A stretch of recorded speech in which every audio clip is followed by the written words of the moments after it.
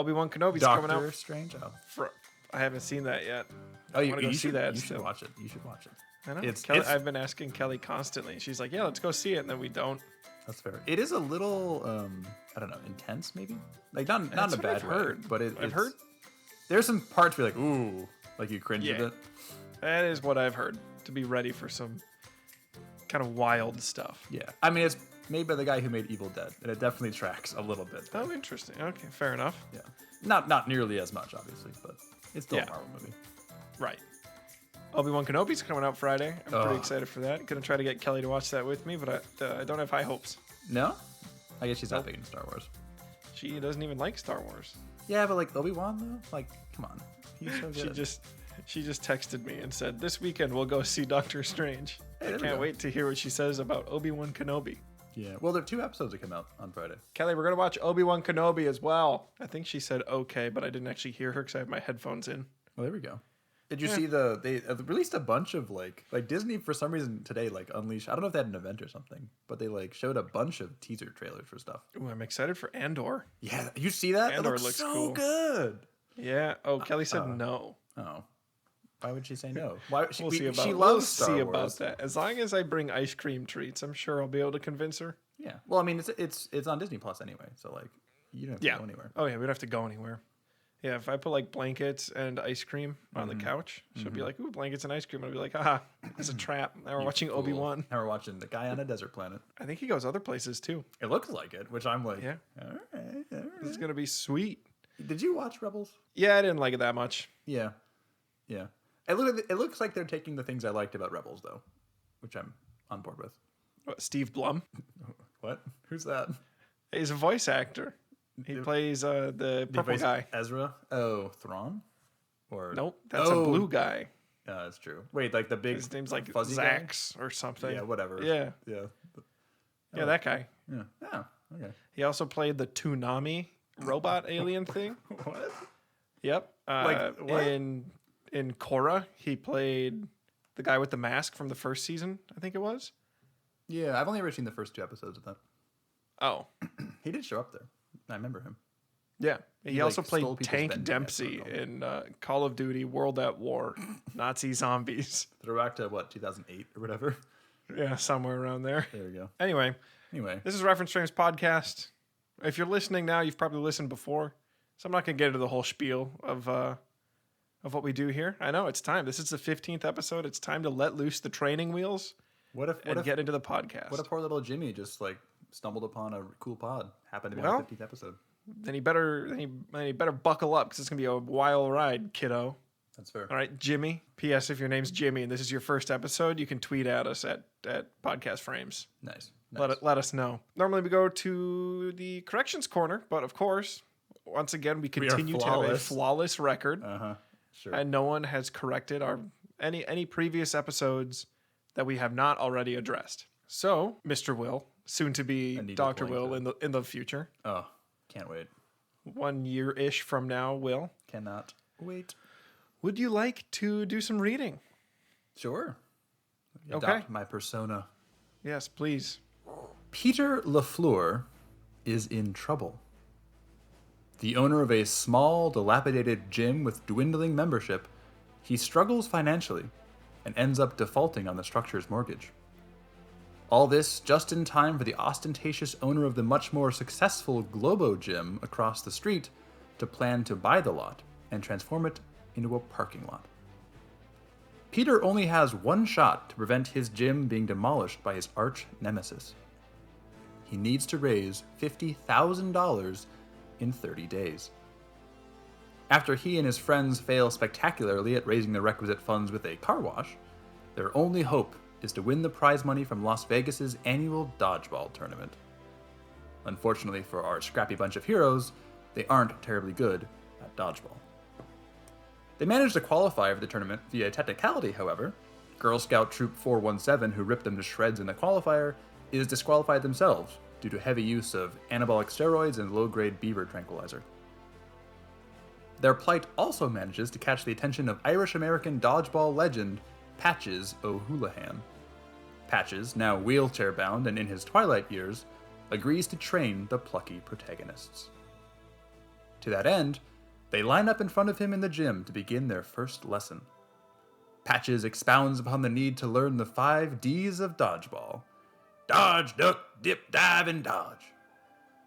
Justin, a member of the team, hesitantly asks, shouldn't we, learn by dodging balls that are thrown at us?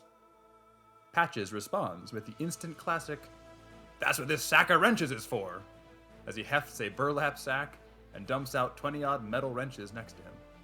The wise sage then simply intones, if you can dodge a wrench, you can dodge a ball, and hurls a wrench right into poor Justin's face. There you go, Ian. That is from the classic cinematic masterpiece. I believe it's Dodgeball, an Underdog story, or something like that. I can't even do a quote from the movie because you did the one.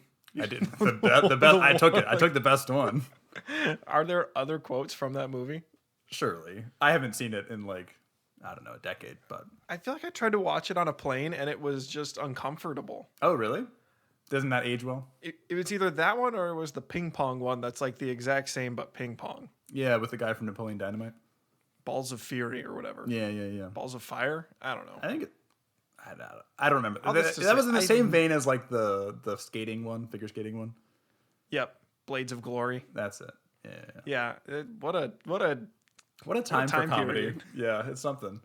So anyway, I've never seen Dodgeball. You've never seen Dodgeball? No, I tried to watch it on a plane and it was uncomfortable, so I watched something else. That's fair. It was great. It was great in high school, let me tell you. Yeah? Oh yeah. Hilarious. Well, I'll see if I can transport he throws a my brain wrench back at a to high guy's school. face. What's not to love? It's comedy gold. It is. It really is. You said dodge twice. It's comedy gold. There are only 4 Ds to Dodgeball, you stupid. Yeah, all right, Ian. What are we talking about this week? What do you think?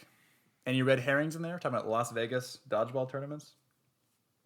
I mean, I certainly think there are probably some red herrings in there, but not. I don't know. It doesn't seem like there's a ton of stuff going on. I mean, we're certainly not going to be talking about anabolic steroids or low-grade beaver tranquilizers. I don't think. Seems unlikely. That's for our other podcast. Yeah, our biology podcast. Yep.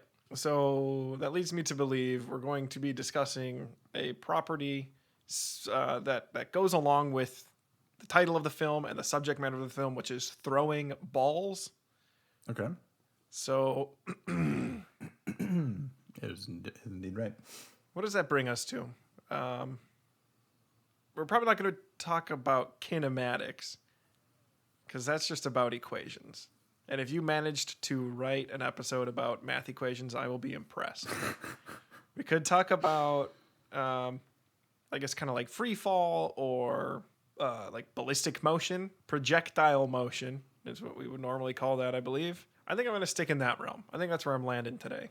You landed just as a gracefully shot cannonball would in the perfect spot. Projectile motion is, in fact, exactly what I wrote. Oh, hey. But all of the above certainly qualifies. Hooray. Yeah, so today we're talking about projectile motion, parabolic paths, things like that, why things do that, all that fun stuff. So, Ian, it might behoove us to rewind back to our Spider-Man 2 scene with the train and Doc Ock. If you recall, in that episode we talked about Newton's second law, which is basically about applied forces causing accelerations, and those forces causing less acceleration if an object had a lot of mass, if you recall. And like the direction things are pushed in is the direction they accelerate in. Pretty straightforward. Yeah, so that's the basic gist of it, right? If you apply a force in a direction, it'll accelerate. The object you apply the force on will accelerate in that direction, and the bigger the mass, the less it will accelerate. That's the basic upshot of that episode. So let's look at an object that's in the air, something that's been thrown or shot or lobbed or whatever, right? In that case, and we're going to caveat this with saying it's not moving super fast and it's not shaped like a parachute, so there isn't a ton of air resistance going on. But if you throw something at a normal speed that isn't shaped like a parachute or a leaf or a feather or something like that, then the only real force that's being applied to any appreciable degree is the force of gravity, right? There's no objects touching it. It's just in the air, right? Other than air molecules, but we're ignoring them. So therefore, right, as Newton's second law would say, the only force is gravity. We know gravity pulls things downwards. Therefore, the acceleration should just be downwards, right? That's the net result Right. of all the forces. So this, I'm sure you're familiar with gravity, hopefully. That's why everything falls, because the Earth pulls them down due to gravity, right? Yep. So as we discussed in the Spider-Man 2, a more massive object should accelerate less than a lighter object under this influence of identical forces, right? That's kind of the whole upshot. What's interesting is that with the force of gravity, all objects we know accelerate at the exact same rate, no matter what their mass is. You might have, if you recall back to maybe a physics class or a physical science class, maybe you saw a picture of Galileo dropping like a bowling ball and a feather or whatever off of like the Leaning Tower of Pisa or whatever, right? And they always felt the same Classic. rate. I mean, I remember that there's like a memory implanted deep in my brain of that for some reason. Never gets old. Yeah. I think he was from Pisa, so it kind of makes sense. And I looked it up. He was born after the tower was built, so it could have happened. Maybe not a bowling ball, though. Anyway. Bowling. Anyway, we know that objects fall at the same rate, which seems to counteract that whole thing of like, hold on, like the same forces being applied to them, different masses, shouldn't they move at different rates? Shouldn't they accelerate differently? Right? And this is where it gets interesting, because we're effectively having two different effects that are competing with each other and effectively cancel each other out. So as we said, as a thing's mass goes up, it gets harder to accelerate. It takes more force to make it accelerate. But also, as an object has more mass, it's more affected by gravity. So the force that's pulling on it also increases. And they increase perfectly in line with each other. That as the force gets stronger, it gets harder to accelerate, and they always accelerate at the same rate, because no matter how much the force increases by, it gets harder to move by that force. So they perfectly always happen to cancel out mathematically, which is pretty wild. It seems simple, right? That like, well, yeah, of course, sure, mass is mass, whatever. But it should seem a little strange, because why is it? Like, inherently, there shouldn't be a connection, you might think, between a trait of an object, its inertial mass, that is basically a determiner of how difficult it is to make something move, right? That's what Newton's second law is all about. The heavier your mass, the harder it is to make you move. Why is that effectively equivalent to how strong gravity pulls on you? That feels like a strange connection. Like, gravity is only one of the types of forces. Most forces don't care about your mass. So why is it that all forces care about your mass in one way, but not in the other way? That should feel a little odd. And maybe it doesn't, because you're so intuitive, it's become normal to you, right? But it bothered one person, at least. And that one person it bothered was Einstein. And Einstein is the first person who actually sort of explained why this is going on, or at least discussed it. And it's commonly known as his equivalence principle, which is really cool. And we're not going to get super deep into that, because that's some general relativity stuff, right? But I just kind of wanted to point out that, like, I think most people are familiar with the fact that things fall at the same rate. But it isn't, like, why is one mass equal to the other mass? We have this inertial mass, which is how difficult it is to make you move, and your gravitational mass, which is how strong planets pull on you. And those are the exact same thing, which it was odd to me when I actually started thinking about it a little deeper. Yeah. Yeah. And if you want to actually have the answer to that, you need to dive into general relativity, which we did an episode on way back when, if you're interested. So what you're telling me, Yeah. we have a property that we talked about, inertial mass, which is essentially the more massive you are, the harder it is to impart a change, right? Mm-hmm. Think about like a big bowling ball on a flat ground. A little bowling ball you can push with your hands, but like a really big bowling ball takes more effort. Yeah. Or like a shopping cart versus a semi-truck, right? It's a heck of a bigger force to make them both accelerate the same. Right. But there's also gravitational mass, which is It's hard to say, right? It's hard to say what it is, but it describes the way gravity, the force of gravity, right? It modulates the strength of the force or something like that, right? The bigger it is, the more you're pulled by the sun or the earth or whatever. You're right. So a big bowling ball, even though it's bigger, its force of gravity, or the gravitational force, is also stronger. Mm-hmm. And you're telling me they scale the same. Exactly the same. Little bowling ball to big bowling ball. Inertial mass is the same as gravitational mass. You're right. Even These are though not two there's no different inherent properties. connection there. Yeah. Wow. It's weird.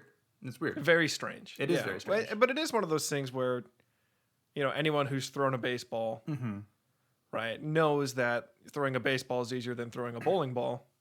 And everyone has seen the baseball or the bowling ball and the feather in the vacuum chamber. Exactly. Yeah.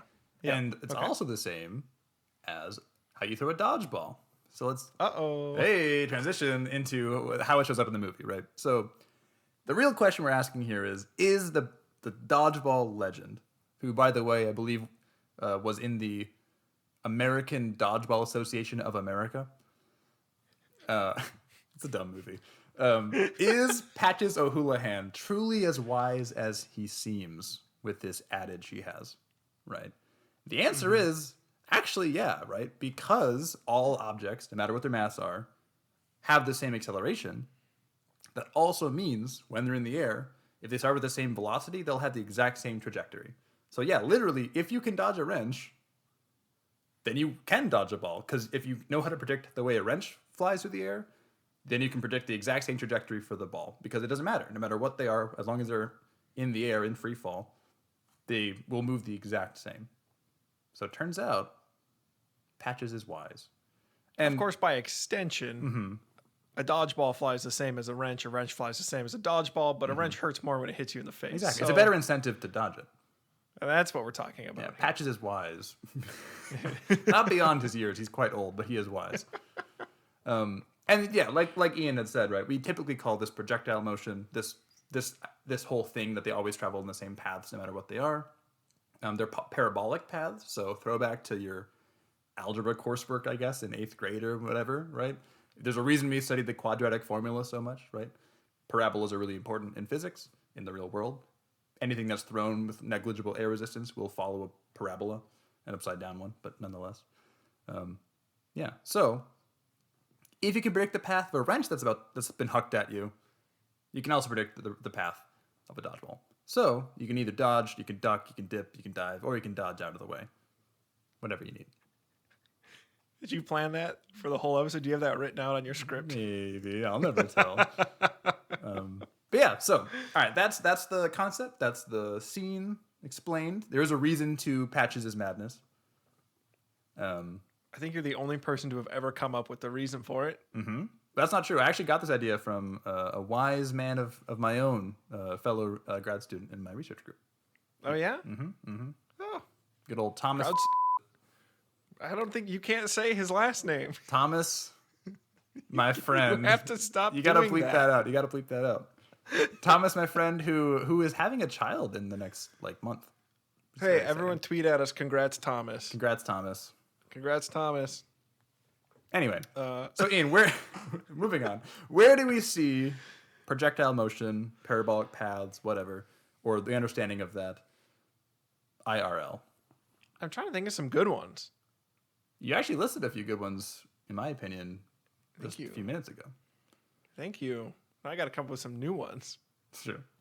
Football, baseball.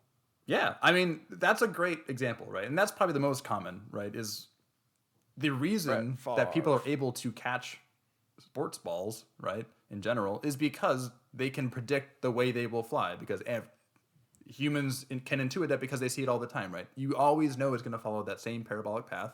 So you can put your mitt in the right way. You can get your hands in the right place to intercept it, right? Honestly, brains are incredible that way. That maybe you won't be able to get your hand there because you don't have great hand-eye coordination, but you know where that ball is going intuitively. Yeah, exactly. Because they always follow the same path, no matter what. Right. Very cool. Similar to... Very sorry, cool. Keep listening. No, why don't you take one while I think some more? Sure. Diving off a diving board, right? That's how you can predict when you're going to land and when you need to do all your fancy flips by, right? Because you know it's always going to be the same time from when you leave to where you land, as long as you jump up the same height every time, right? So yeah, we use this all the time to predict how the world will work in all kinds of situations, right? Diving in sports, probably the most commonly remembered, but there's plenty of others. Trapeze, circus performance. when they throw a person from one bar to the other. Sure. Right? Yeah. Yeah. That's basically a sports ball, but a human. A human ball. Yeah, there really is just there's just a whole lot of Almost every I feel sport. like Almost every sport. it seems like sports. Other than right? like bowling and I guess hockey, kind of. I guess for like if you're shooting it, but like if you're passing it, not so much. One of my favorite things we did in physics class was a farmer was Oh yeah. we had to write a simulation that a farmer couldn't drive to his field, and so he was going to airdrop bays of hail to his cows. Bays of hail, you say? That's right, bays of hail. I love bays of hail. Oh boy, bales of hay. Excuse me, I don't know what happened. It's okay. I had a real It's Ronnie late. Babbitt situation. It's 7:57. Coming out of the sky, won't you take Nice. me down to Memphis? Huh? Midnight ride, I want to move. Lane traveling Please back. don't sue us, John Fogerty. Yeah. Is he alive? Yes. Okay. So he can still sue us. I didn't say anything, John. I love you, John. And we had to simulate the motion of the hay bale falling out of the plane after he pushed it, Yeah, and say how far it would go and all that fun stuff. and when he would have to let go at what altitude to land on target right by his cows. Have you seen that video of the person like in like a crop dusting airplane dropping off a Subway sandwich to a guy? Have you seen that video? No. Oh, it's amazing. There's like this person on a combine in the field, and they're just like recording as this. I think in the caption of the video it's like their grandfather or something, but he's like in the field with them, and you see just this crop dusting like airplane fly overhead, and a little package just like flies out of it and the guy catches it. It's unbelievable. I'll see if we can find the link, and hopefully we'll have the link under this. Because it is hilarious. That is awesome. Yeah. All right. Any other examples? Yeah. You're missing a pretty classic one, and in fact, I am. Give me a hint. warfare. What? Warfare. Combat. What are you talking?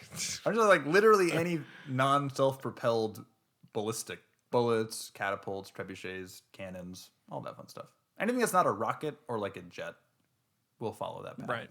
Right. Oh, good old trebuchets, everyone's favorite. Oh, love a trebuchet. We should do one of the Coriolis effect sometime.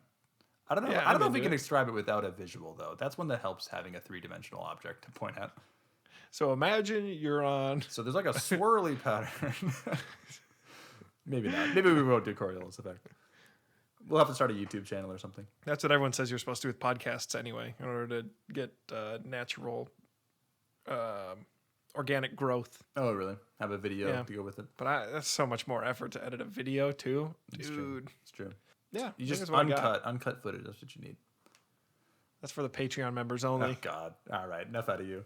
Yeah, that's mostly what I had too. I mean, anytime anything's in the air, I mean, you could maybe talk about.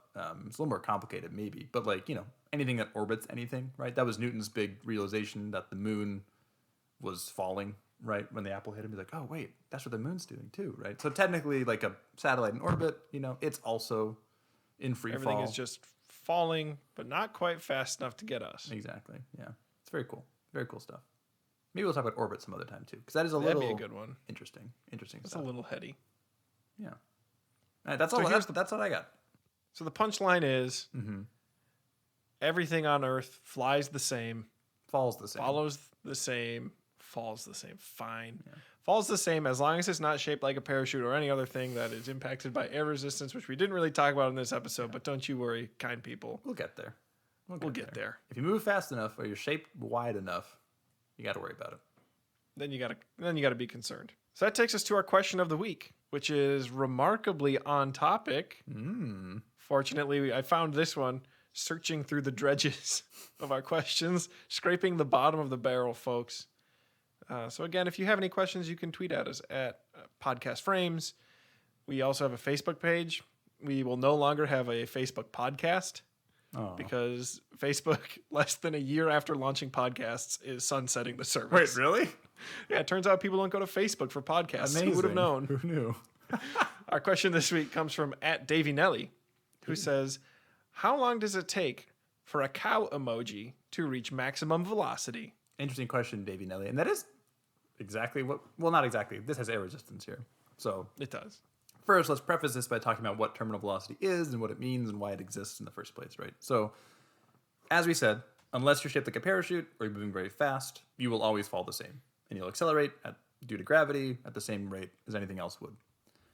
However, once you start going fast enough, or if you are shaped like a parachute, but most people aren't shaped like a parachute, but if you're going fast enough, then air resistance starts mattering, right? Because gravity's always the same on you, but the faster you move, the harder those particles of air are hitting you, the harder they're pushing you. Remember our pressure episode a few weeks back, right? So eventually that actually starts to matter. So much so that once you get to a certain speed, once you get fast enough to a certain speed, your terminal velocity, right?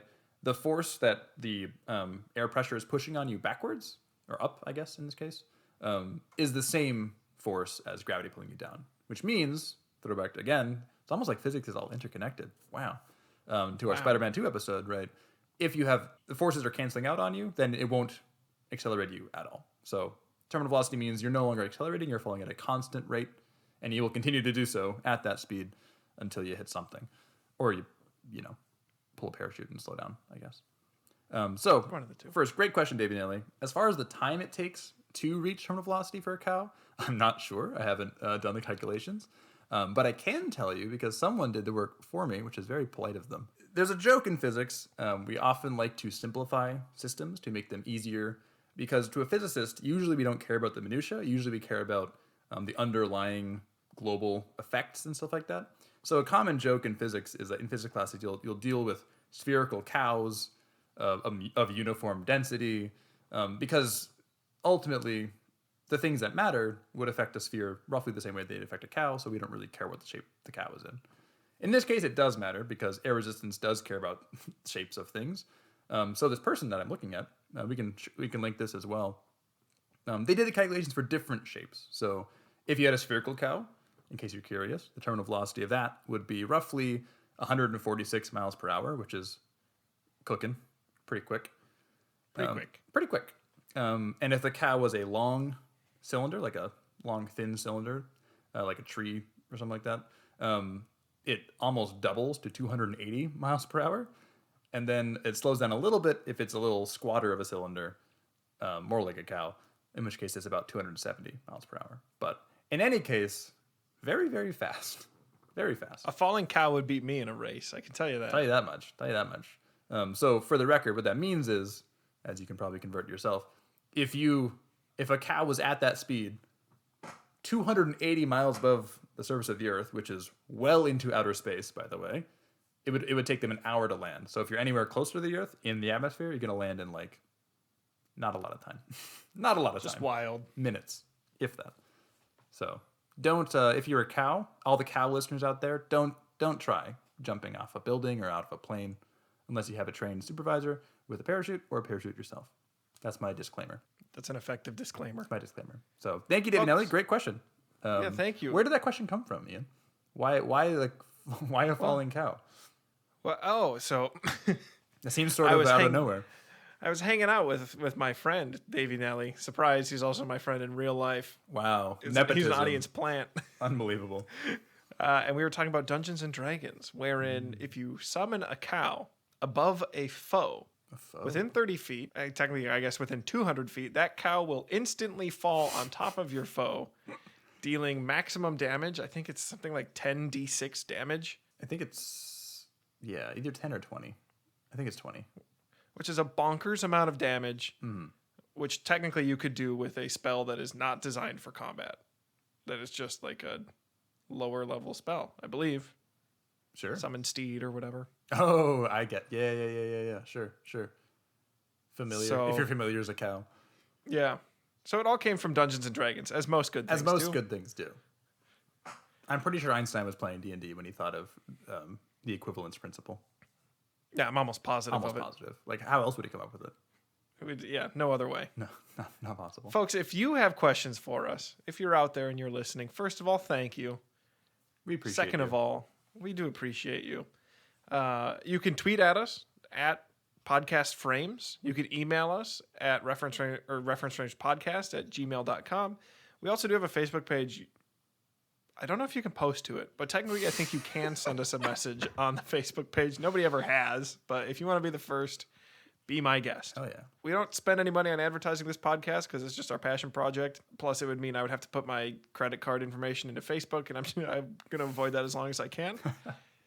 So if you like this podcast and you think you know someone who also would like this podcast, feel free to send it to them. That would be delightful. Also, if you're listening on Spotify, you can review podcasts now. You can leave them a 5-star rating. Really? You can technically leave them a less than 5-star rating, but honestly, if you're going to do that, That would be for it's a lesser. not worth your time. Yeah, don't. Yeah, really, it's not worth the hassle. You're not with the hassle. But if you want to give us a 5-star rating, that'd just be a treat and a half. And if you're one of our Audible listeners, Hey, I'm impressed. I think Bezos probably. Maybe. Yeah, good point. Will, you got any punchlines for the week? You got any wrap-ups you want to say? Sometimes people think people like Patches O'Houlihan are just full of it and don't understand things, but I think we learned today that Patches and other people in your life can know a lot more than you can sometimes give them credit. So it's worth listening to different perspectives. That's my punchline. And also, if you can dodge a wrench, you can dodge a ball. There it is. Hey, thanks for coming to Reference Race Podcast. We'll catch you next time. Adios.